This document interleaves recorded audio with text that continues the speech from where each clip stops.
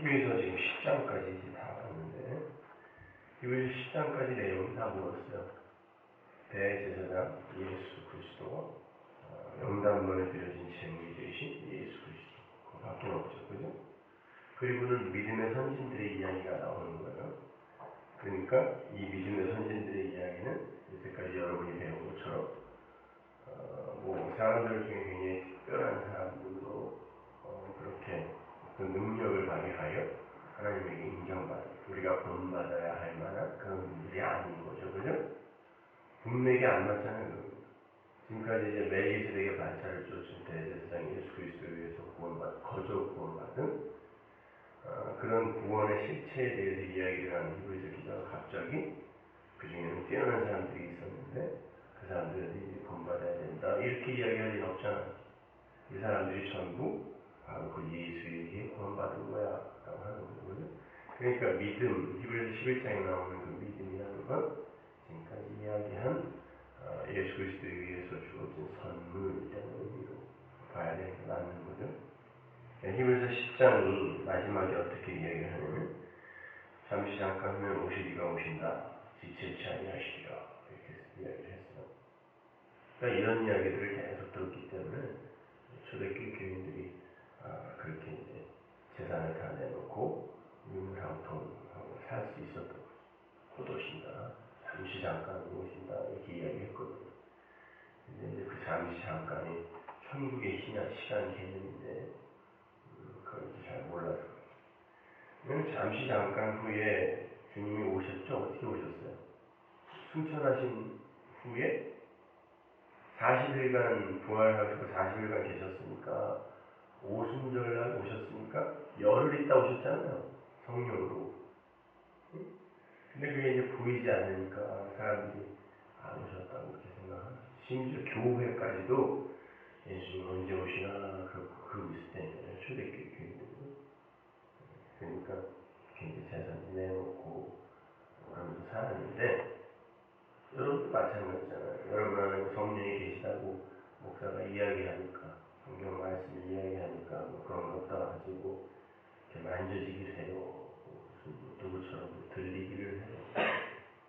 잘 모르죠. 살아가면서 내 안에 진짜 성령이 있는지.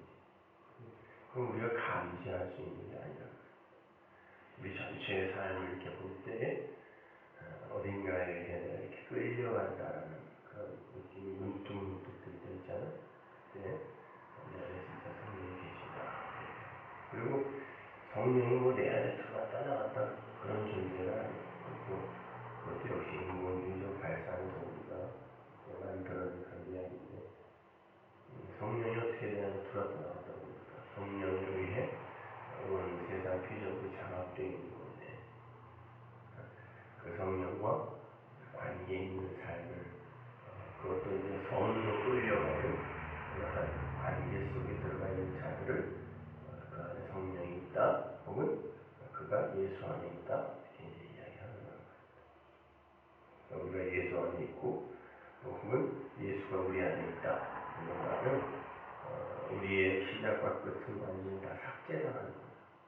내 밖과 내 안이 다 예수로 차여 있으면 나는 어디 있냐? 없는 거예요. 삭제된 거예요. 그걸 진짜 자유라고 하고 그걸 천국이라고 하는 거예요. 그 천국 자유라는 건 없음에서 비롯된 자유입니다. 내가 자꾸 있음을 흉내내고 추구하려고 하다 보면 거기에서 온갖 고통과 아픔과 눈물과 불안함과 이런 것들이 오는 거죠. 이제 점점 삭제되어 없어지게 되면 누가 욕을 하든지 뭐 분명 쓰든지 뭐 한 개 패든지 점점 내가 삭제되면 힘이 빠져버리면 그렇게 복수할 기운도 안 나고, 뭐가 이게 희망이 있고 뭐가 남아있는 사람들이 여전히 살아서 펄떡펄떡 뛰는 거지, 점점 죽어가는 사람일수록 그런 것에서 점점 마음을 놓게 되죠. 분노 속에서도 나오게 됩니다. 잠시 잠깐 후에 예수님이 오신다고 그러고 뭐라고 그러냐면, 오직 나의 의인은 믿음으로 말미암아 살리라. 또 히브리서 기자가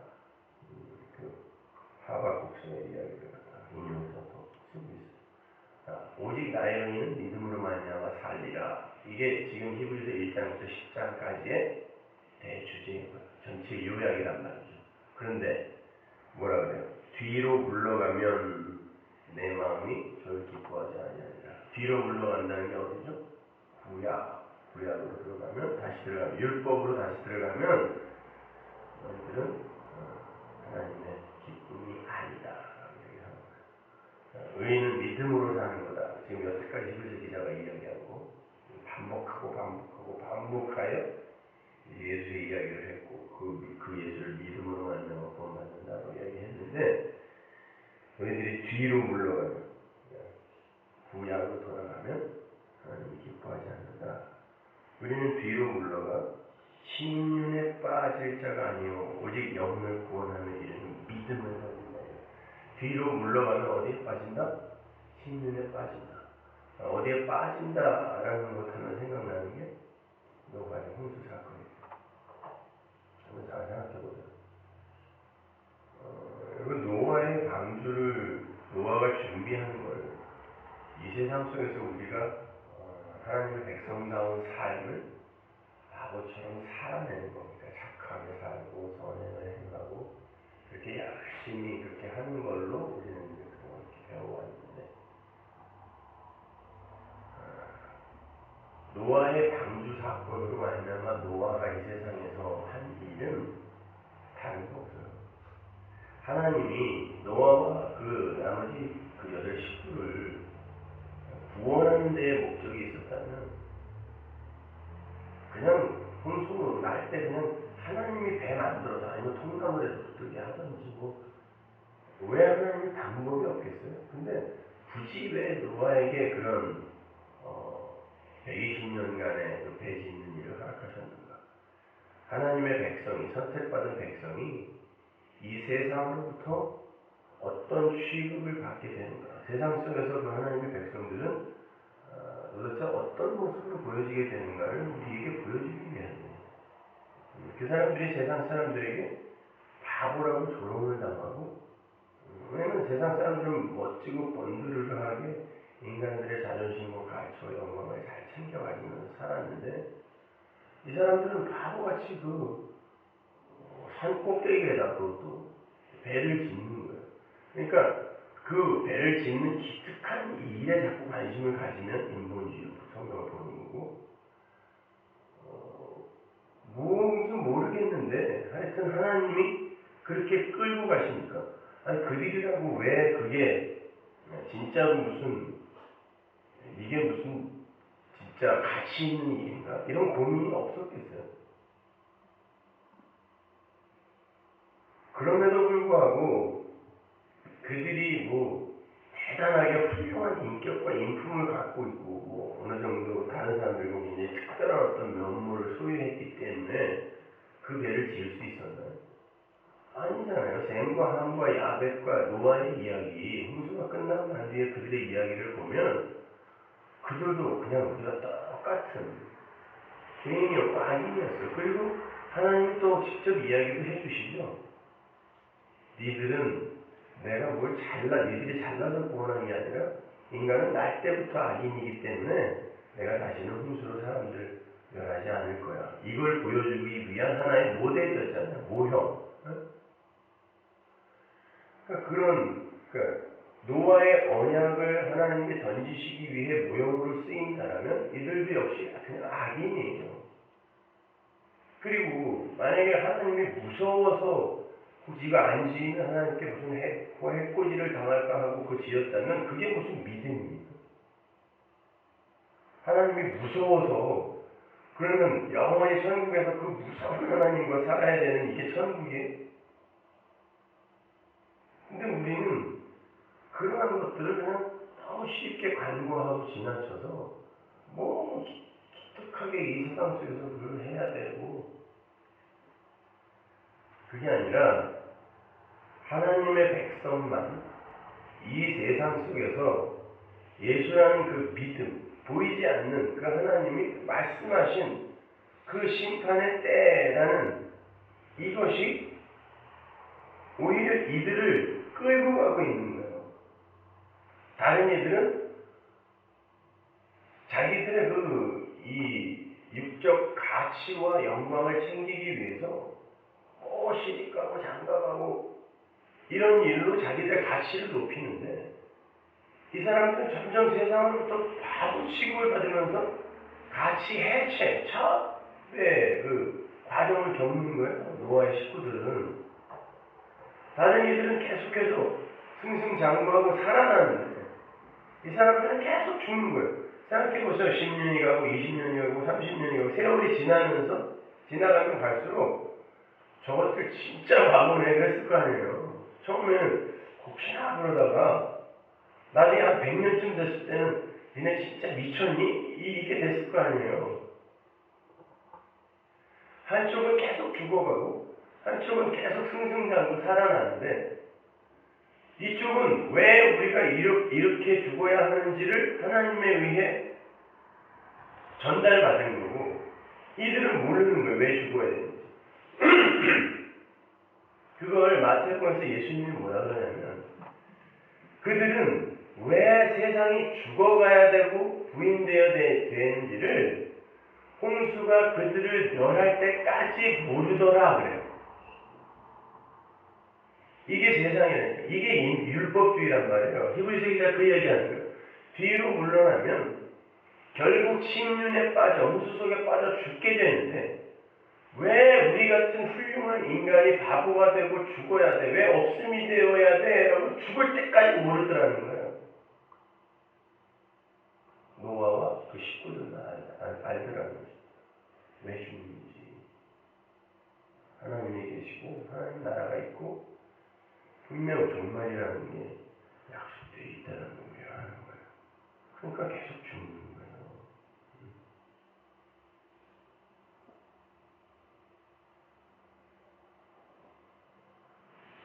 그러면서 이제 그 영혼을 구원함에 이르는 믿음을 가진 자라라고 이제 믿음을 이렇게 또 이야기하면서, 이제 드디어 히브리서 11장에서 믿음에 대해서 이야기를 하는 거예요. 믿음은 바라는 것들의 실상은 보지 못하는 것들의 증거이라. 선진들이 비로소 증거를 얻었다. 그 바라는 것들의 실상이고 보지 못하는 것들의 증거다. 이 증거가 뭐죠? 증거는 증인이 법정에서 뭘 증언할 때 반드시 증거를 갖고 있어야 돼요. 그게 물질적인 것이든 아니면 내가 눈으로 직접 본 것이든 그런 확실한 어떤 것이 있어야 되죠.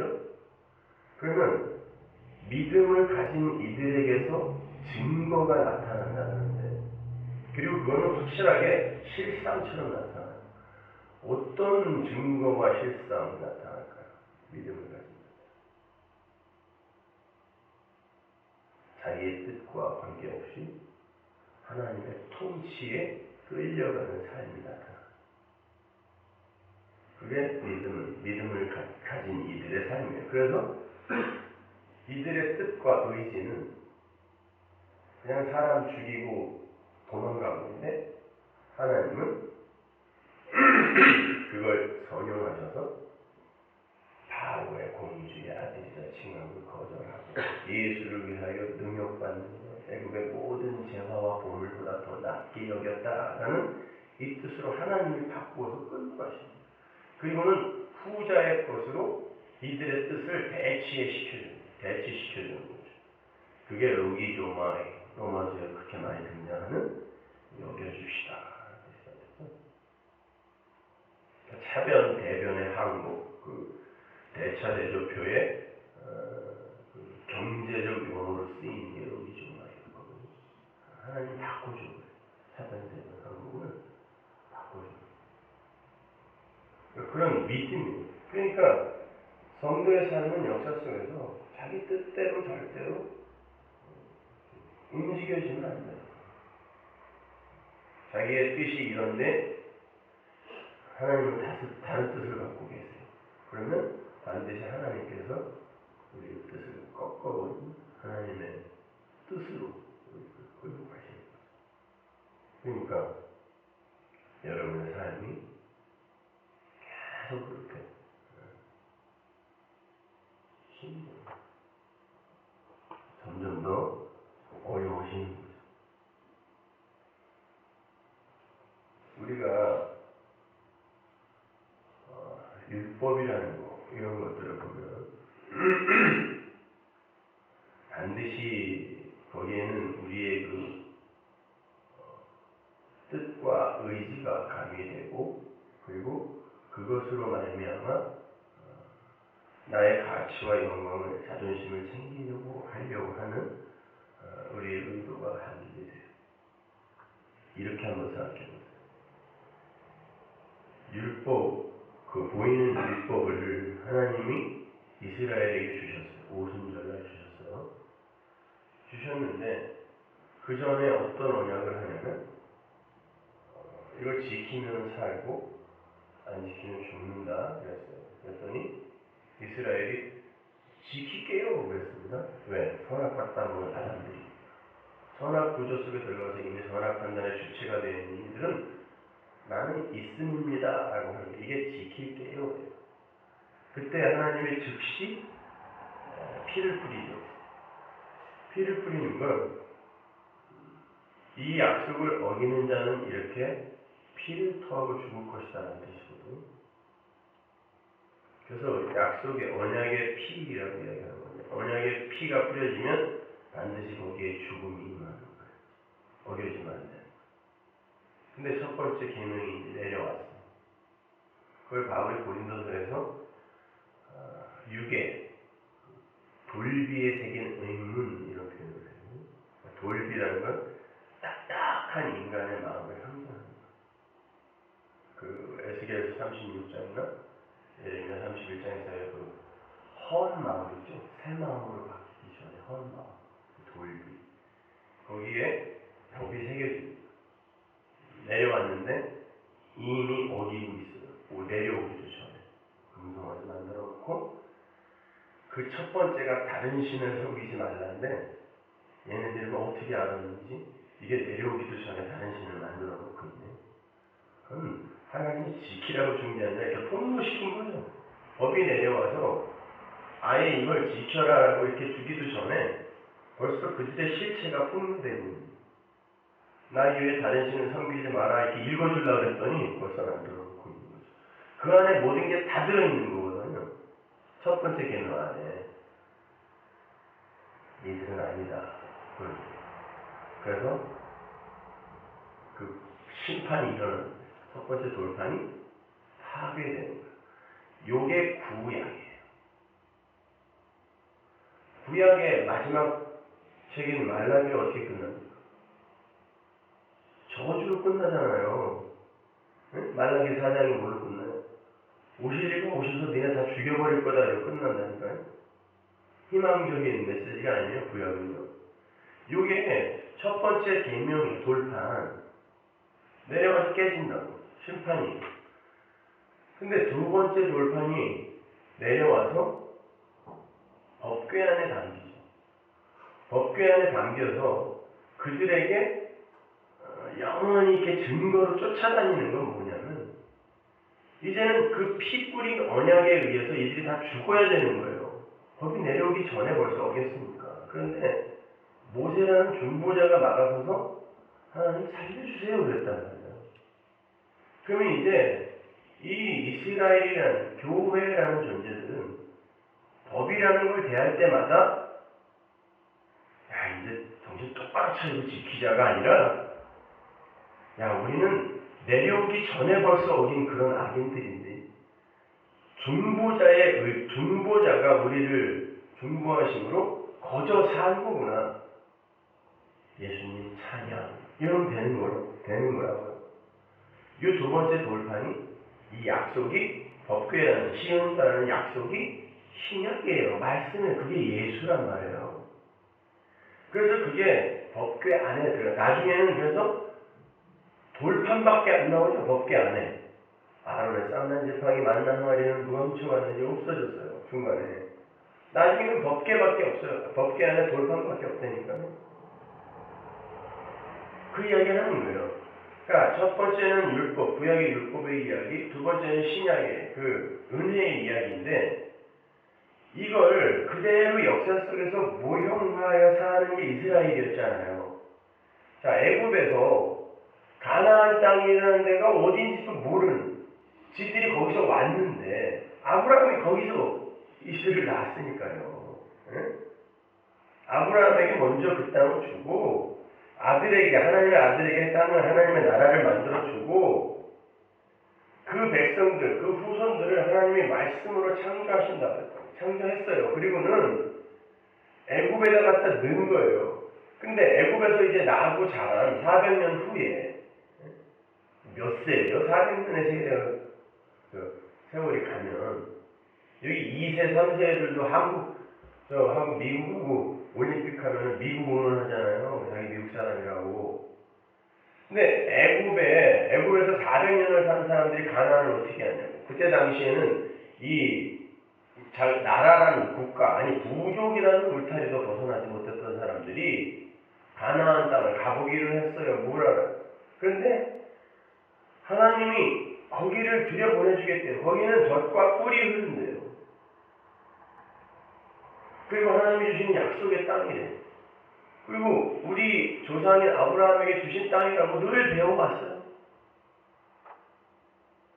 그리고는 이렇게 아무것도 모르는, 보지 못하는 것, 그리고 바라는 것, 하나님이 젖과 꿀이 흐른다니까. 여러분도 바랐죠? 왜 바라요?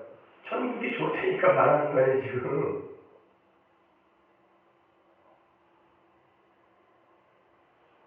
갖고 안 주면 어떡하려고요?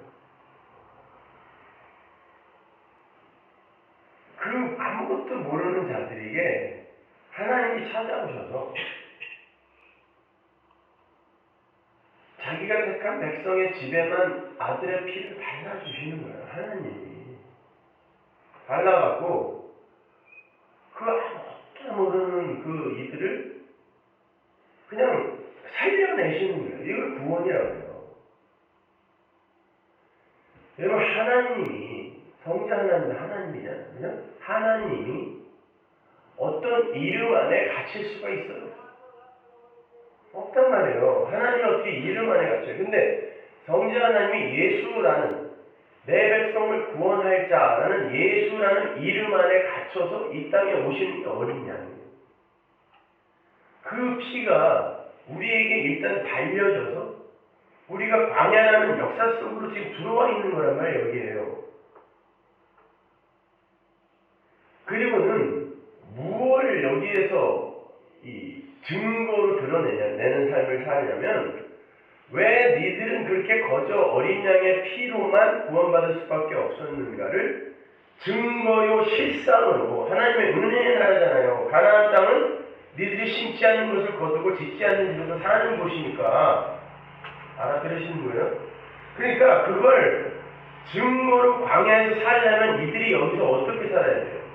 하나님의 은혜가 아니면 다 죽을 자라는 걸 그들이 스스로 알아야 되기 때문에 다 죽는 거예요. 광야에서 1세대가. 여러분의 인생에 그 실체가 이 세상 속에서 그렇게 드러난다니까요. 그러니까 반드시 여러분은 우리가 얼마나 큰 죄인인지를 여기서 실제로 자각하고 깨달아야 됩니다. 근데 그 작업들을 안 하는 거예요. 목회자. 사람들이 불편을 할까봐. 그러니까 말씀이 떨어질 때마다, 만나가 떨어질 때마다 불평이 일어났던 것처럼 말씀이 떨어질 때마다 내가 어떤 존재인지가 계속 폭로돼야 됩니다.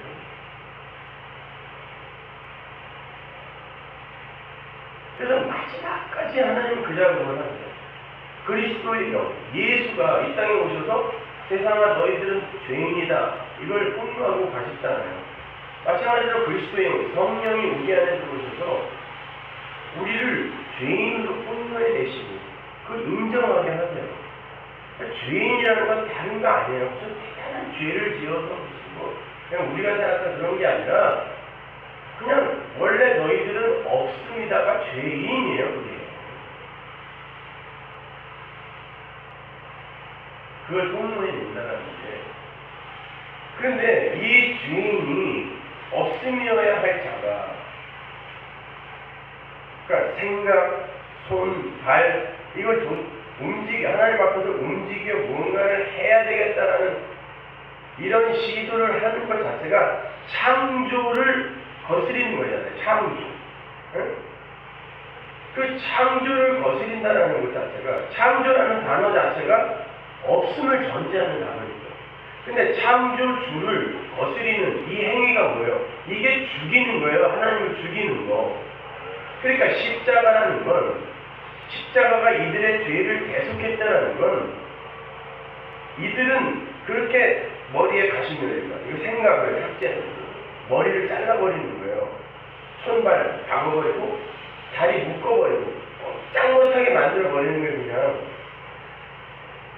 원래 이게 너희의 모습이다. 이게 바로 죄인이다. 하잖아요. 그죠?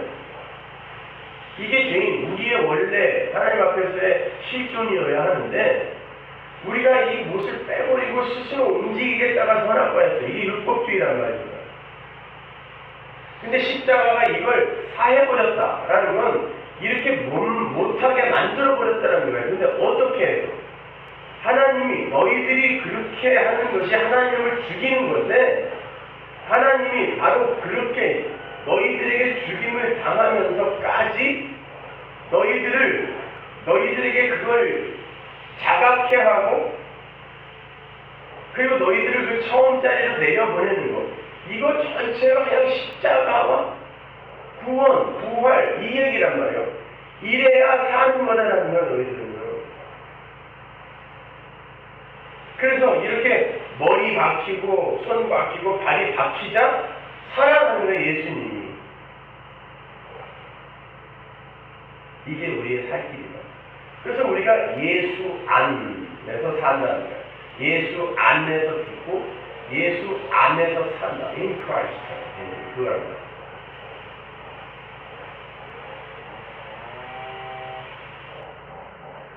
근데 그것들을 인정할 수 있습니다.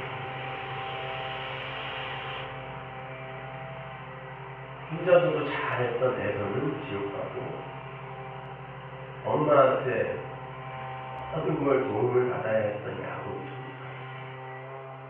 어떻게? 그냥 장자의 옷 입고 가. 에서는 지가 사냥해다가, 지가 요리해다가 다 해주니까 혼자서도 잘해. 저 칭찬이 불안하다.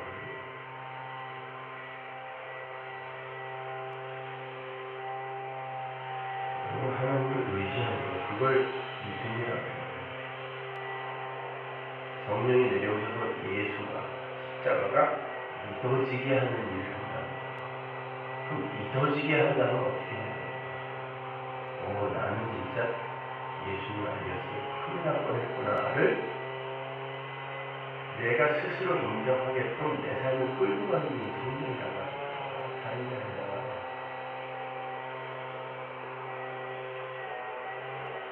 우리는 그 성령을 무슨 능력으로 받아서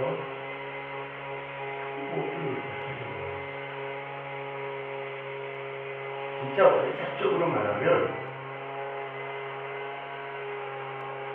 저는 여러분들한테 그렇게 말합니다. 당분간 신앙생활 하지 마세요. 우리끼리니까 알아듣는 사람들이나 우리니까 자꾸 신앙생활을 내가 하려고 하니까 자꾸 자기를 만들어내는 거예요. 신앙생활 하지 마세요.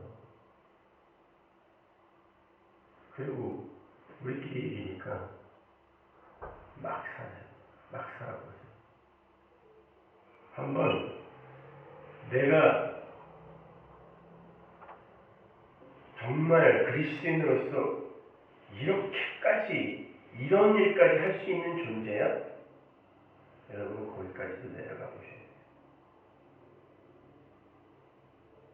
내 안에 있는 걸 제가 이렇게 이야기하지 않는다고 할지라도 하나님이 분명히 그렇게 끌고 가시겠지만 내 안에 있는 게 다 들켜져야 돼요. 우리는 너무너무 그걸 감추는데 선수들이 되어 있어가지고 자기한테까지도 속아요.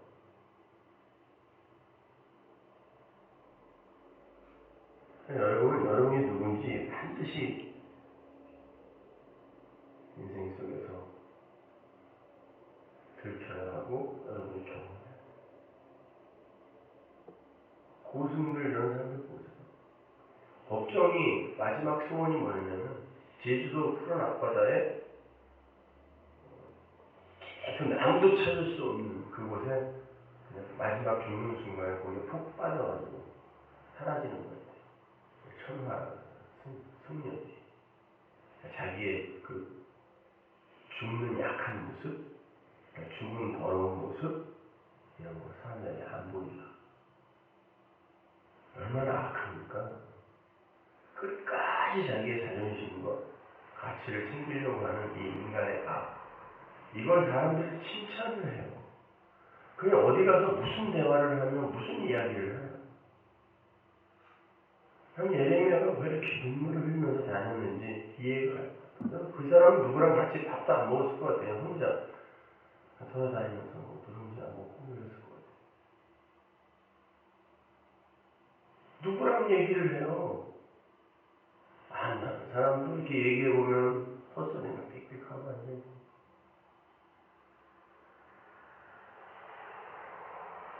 그러니까 이 세상의 가치와 가치 체계, 이 힘의 원리 속에서 워낙 젖어서 살다 보니까 모르는 거 아무리 이야기를 해도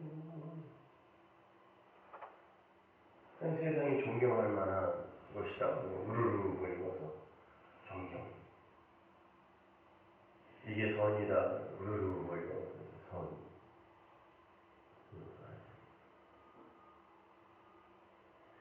여러분 사도 바울이 고린도 교회, 갈라디아 교회, 골로새 교회 다 마찬가지. 그렇게 왜 굳이 어떨 때 보면 좀 치사할 만큼 내가 사도 맞다니까 왜 그래? 뭐 그렇게 사람들한테 지가 사도라는 것을 증명하려고 나 진짜 사도라니까. 아니야 고린도 교회 같은 데 한번 생각해보세요. 바울이 개척한 교회. 근데 다른 가르침이 들어오자마자 저 새끼 가짜 아니야? 아니 교회가 사도 바울에 의해 생겼다는 건 사도 바울이 전한 복음에 의해 그들이 거듭났다는 뜻이죠. 근데 그 상태에서 다른 가르침이 잠깐 들어오자마자 가짜 하냐고 이랬다니까요. 금방. 근데 결국은 어떻게 됐냐면 하나님 나라는 그렇게 이 사도 바울에 의해 확장이 되어 갔는데 결국 나중에는 사도 바울 하나 남죠. 다 떠났다 그러죠. 그러니까 그게 모든 성도의 삶인 거예요. 하나님은 그의 삶을 통하여 하나님 나라를 전하는데 이는 계속 버림을 받게 됩니다. 결국은 다 홀로 가요. 혼자. 무슨 아름다운 교회 구축하겠다, 뭐 믿는 사람들만 모여라 그런 생각하지 마세요. 그렇게 될 것 같으세요? 설마에 맞습니다.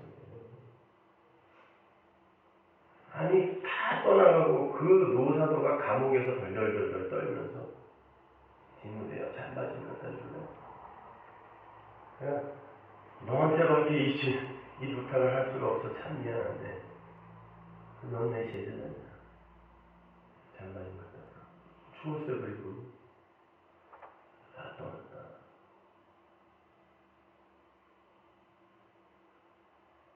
그게 성도의 삶입니다. 그렇게 죽는 거예요. 계속 죽어가다가 나중에는 그래 예수만이 나의 기쁨이고 그것만이 나의 주구나 이리로 가는 거예요. 하나하나 다 떨어지고.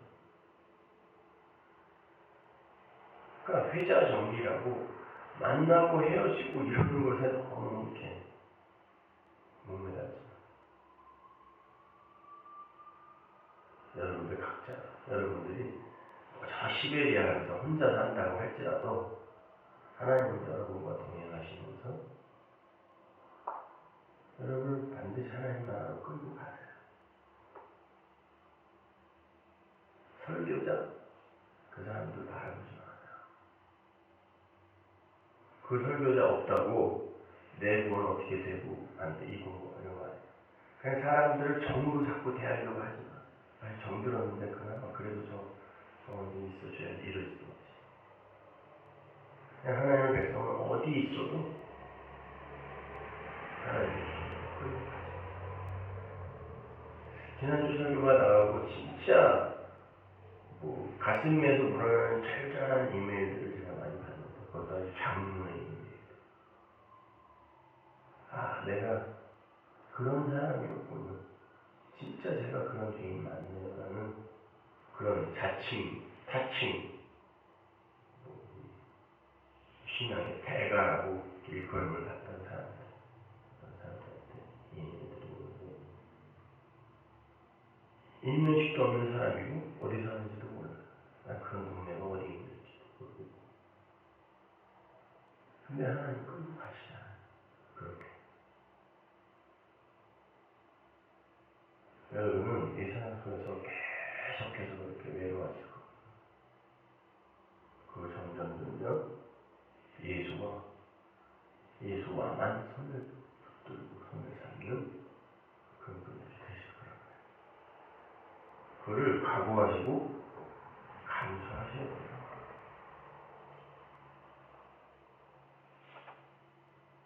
예수님께서 뭐라고 하냐면 이것저것 많이 했다라고 하는 그런 영수들에게 야, 이런 거 하는 게 천국 가는 근거요 조건이 되는 게 아니라 아버지의 뜻대로 행하는 자라야 천국에 간다.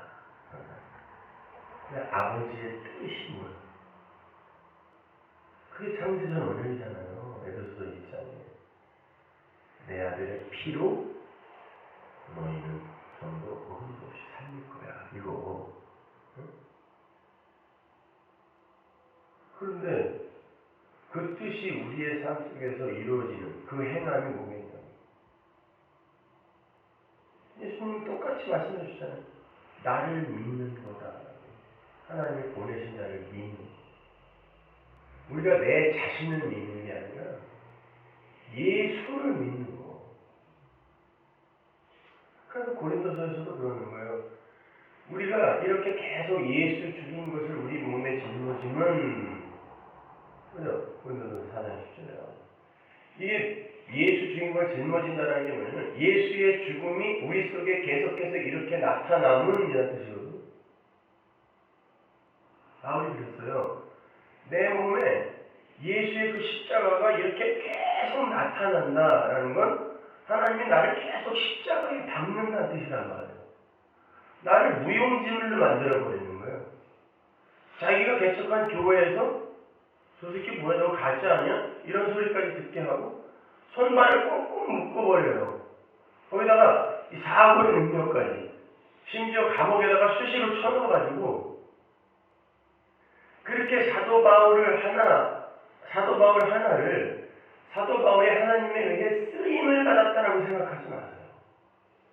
모든 하나님의 백성이 하나님의 용도에 맞게 그 자리에 있는 거예요. 사도 바울만 쓰임 받은 게 아니라니까요. 여러분이 다 사도예요. 신사동동의 그 사도가 아니라 그리스도의 편지라며 편지가 사도예요. 보내심을 받은 말씀 사도들이 말씀을 전하는 일들이잖아요. 그게 편지라니까요. 그렇게 하나님의 쓰임을 받는 자가 십자가에서 계속 못을 박히는 거예요. 그렇게 못을 박히다 보니까 그냥 하나님은 하나님의 일을 해 나가시는 거예요. 사도 바울이 뭐 대단하게 뭐 그렇게 할 일이 있는 거예요. 아니 여기저기 돌아다니면서 복음 전하는 거 나 참 내 평생 소원이네 그거. 아니 걸어가는 건 뭘까요?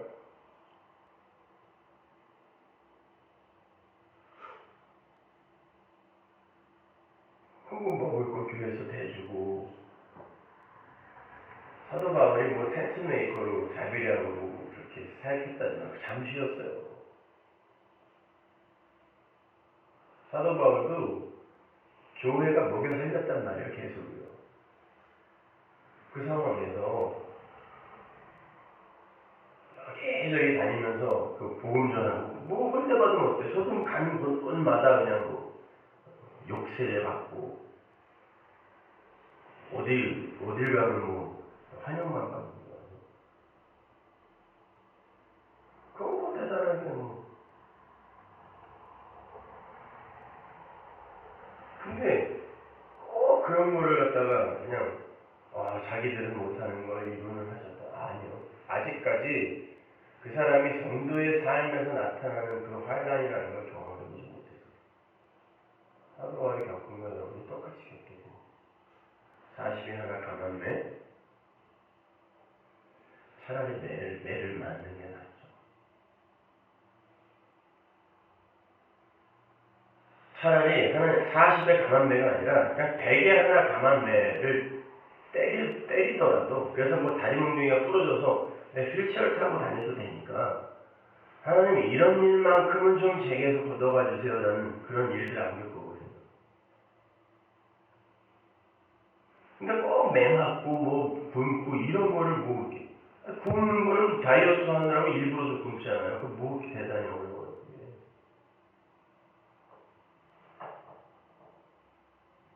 우리 모두가 바로 그 길을 가고 하나님은 그렇게 나와 상대하시면서 나를 완전히 죽여내요. 하나님도 무엇이죠? 내가 죄인들에게서 맞습니다. 이 고백하게 만들어서 나 끌고 가는 거예요. 그리고 그 일 속에서 하나님이 자기 하십니다. 그럼 뭔 일을 하고도 뭐 대단하게 내가 무슨 일을 했다 이런 말씀을 하지 마시고 하기 싫으면 하지 마세요. 뭐 교회에서 뭐 주방팀 없으면 밥 안 먹으면 어때? 꼭 밥 먹어야 돼 교회에서? 누가 정해놓은 거야 그걸? 교회 성가대 꼭 있어야 돼요? 아니 임할 수 없어지면 안 하면 돼요. 오늘 새벽에 찬양 안 했더니 뭐 좀 찝찝하세요?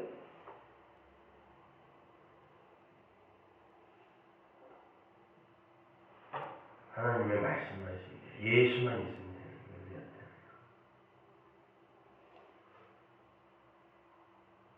뭐 헌금이 줄어서 예배당이 유지가 안 되면 어떡하나. 그래도요, 제가 우리 집 그라지에서 혼자 앉아서 성경을 읽어도 들을 사람들은 다 알아요. 그걸 왜 우리가 걱정하고? 믿음은 보지 못하는 것들의 증거고 바라는 것들의 실상이라며 자꾸 눈에 보이는 것을 왜 자꾸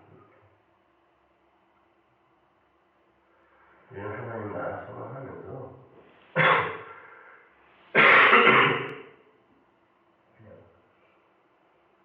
성경이 하나님의 약속을 펼쳐내는 역사를 살면 됩니다. 창세기 15장에 나왔던 그 역사, 약속, 내가 내 백성들, 네 후손들을 애국으로 보냈다가 400년 만에 데리고 나올 거야. 데리고 나와서 그 땅 줄 거다. 근데 그거는 내가 쪼개져서 십자가로 완성해낼 거야 라는 요걸 이스라엘이 그대로 그냥 살잖아요. 하나님의 약속에 의해서 이게 여러분의 인생이라고 생각하시면 된다니까. 그러니까 이걸 인정하지 않으면 자꾸 내가 하나님의 약속을 펼쳐내는 삶을 사는 게 아니라 여기서 뭘 개척하는 삶이라고 생각합니다. 그러다 보면 그냥 다른 종교 되는 거예요. 기독교. 그런 기독교는 없어요. 다피플 다 거기 컴인가? 거기 들어가 보니까 책을 좀 사려고 들어가 봤더니 그런 기독교는 없습니다가 목회자가 쓴 베스트셀러라고 다 있더라고요. 아니 왜 인쇄를 안 준 거야? 베스트셀러라네. 보통 분들이 그러니까 사람들이 무슨 대단한 돈이나 먹는 줄 알고 왜 인쇄를 안 주려고 했는데 베스트셀러라네. 목회자가 쓴 책 중에 2,000권만 팔린 베스트셀러예요. 나 그래서 우리 대단하게 말이에요. 아니면 누가 몰래 찍어서 파나? 나도 모르게. 그런 기록이 없습니다. 예수와 은혜 이외에 다른 이야기하면 거의 즉시 떠나요. 집에서 혼자 성경 봐요. 굳이 예배 다니는 거예요. 저 아프리카 오지에서 심지어 필리핀 밀림에서 한국에서 자기를 이렇게 후원해주는 후원자들이 보내준 우리 교회 CD를 듣고 선교사님들이 편지를 쓰시고 써주시는데 그분들의 그 편지를 받고 참 그저께 얼마나 큰 힘을 내가 얻었는지. 그러니까 뭘 하기 위해서 거기 나가 있었는데 나가서 하다가 보니까 내가 지금 이게 선교를 하는 건지 구제사업을 하는 건지 근데 자기들 옆에서 하는 이슬람교회 구제사업이나 몰몬교회 구제가 훨씬 더 빛을 발하고 있더라는 거예요. 그래서 그럼 내가 저 사람들과 이걸 경쟁해야 되는 건가? 나는 도대체 여기 왜 나와 있는 건가? 그러셨다는 거예요. 그런데 여기서 이제 뭐 후원을 해주니까 나가 있겠죠. 한국에서 후원을 해주시는 어떤 분들이 씨들이 이만큼을 보냈다는 거예요. 그러니까 그 오지에서 선교사님들이 뭐 할 일이 뭐가 대단하게 있어요. 그래서 내내 한 달 만에 6년치를 들었다는데 그게 가능한데 잠을 3시간씩밖에 안 잤대요. 필리핀에 있는 그분은 노경환 선교사라고 한 달간 그러니까 선교사들이 할 일 두려울 게 없다는 거죠. 그죠? 그냥 하루 종일 그것만 들으면 한 달 동안 3시간씩 자고 그래도 그게 되나? 거의 1시간짜리인데 하루 시간 계산을 해봐도 약간 뻥이 섞인 것 같기도 하고 딱 듣고 나서 하나님이 나를 여기에 보내신 이유를 이제 찾았다는 거예요.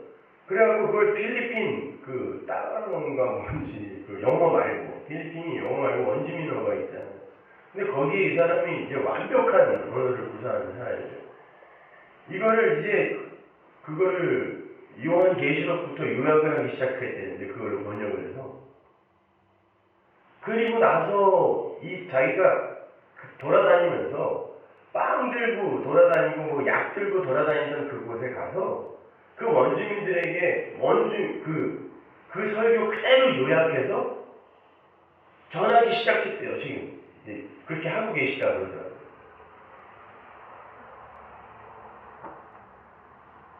그러면서 사람들이 못 알아들어도 자기가 얼마나 행복한 거예요. 이제야 내가 이거 하나님의 일을 하는 거구나라는 너무 큰 보람이 있더라는 거예요. 기독교인 선교사로서 내가 비로소 선교를 하고 있구나라는 생각을 잘 가졌다는 거예요.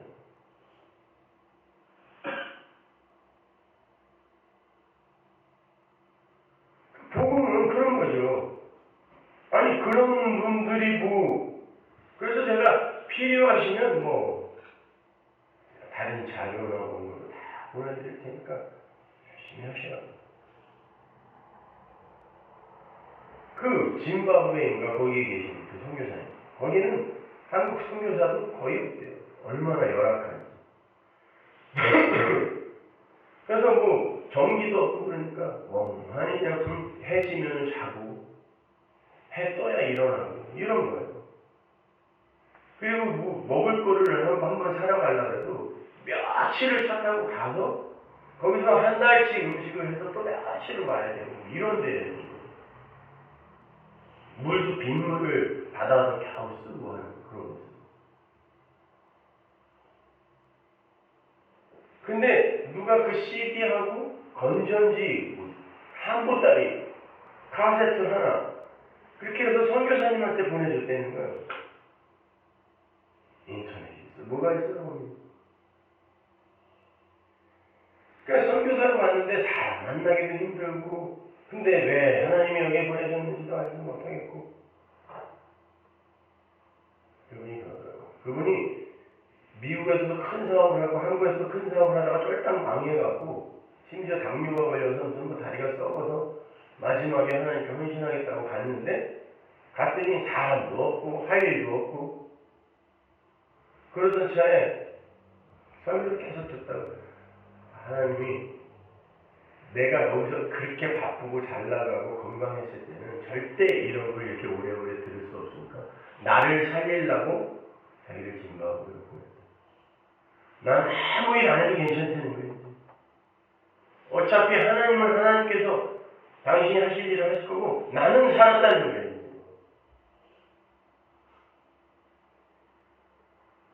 성경은 뭡니까? 그냥 그렇게 하나님의 편지로 사는 거예요. 하나님의 말씀으로 사는 거예요. 예수처럼.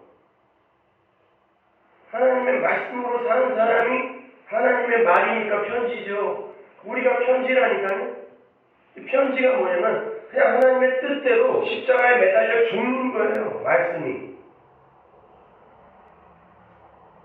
십자가에 매달려서 짐바브에서 손발 꽁꽁 묶이고 생각도 못하고 그렇게 죽어 있었는데 하나님의 생기가 저 한국에서부터 날라오더니 자기 코로 쏙 들어왔어요. 여러분 그걸 신앙생활이라고 해요. 대단한 거 하려고 하지 마. 그분들에게 교회가 있어요. 교인들 간에 교제가 있어요. 뭐가 있어요? 교회가 있어야 밥도 주고 교회가 있어야 무슨 성과들도 있고 하죠. 그러나 거기에서도 하나님이 살리라니까요. 현실에 묶이지 마요. 그렇게 그 사람들에게 무슨 담임 목사가 있어요. 뭐가 있어요. 없는 데서 살잖아요. 여러분도 담임 목사한테 묶이지 말라니까. 하나님 성경 말씀을 의지하세요. 하나님 은혜를 감사합니다. 아버지 하나님, 저희들에게 세상 감히 상상할 수 없는 은혜를 주셨고 그 은혜가 우리를 이렇게 또 이끌고 가고 있다는 것을 깨닫게 해주십니다.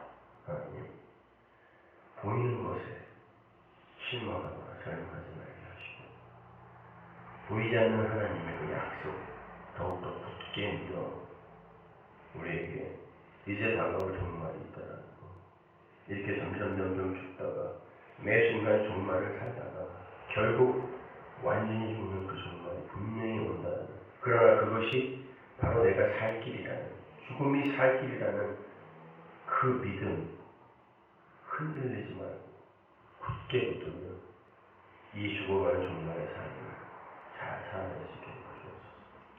예수님의 이름으로